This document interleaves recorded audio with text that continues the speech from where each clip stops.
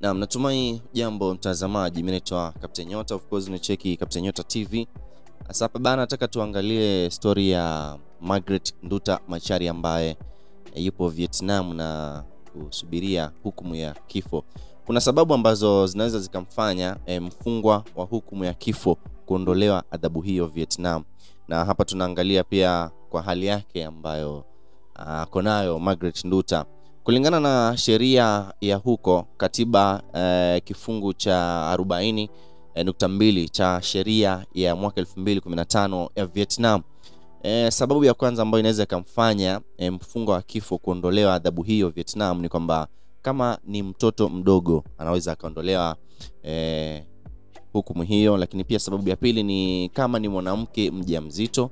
Sababu nyingine ni mwanamke mwenye mtoto wa chini ya miaka 3. Sababu ya nne ni kama mtu mwenye umri wa zaidi ya miaka 75.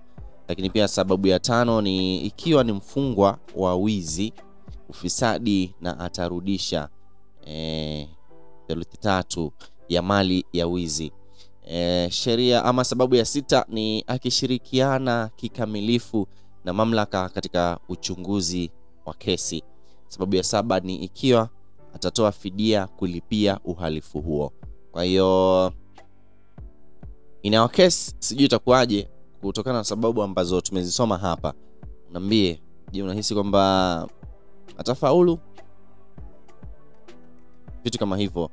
Hukumu ya kifo hupunguzwa hadi kifungo cha maisha jela, na hukumu ya kunyongwa kwa Mkenya Margaret Nduta imeahirishwa tayari, serikali ikifanya juhudi za kumwokoa. But we believe kwamba atatoka kutokana na majanga haya hapa inshallah nyingi. Sio bana?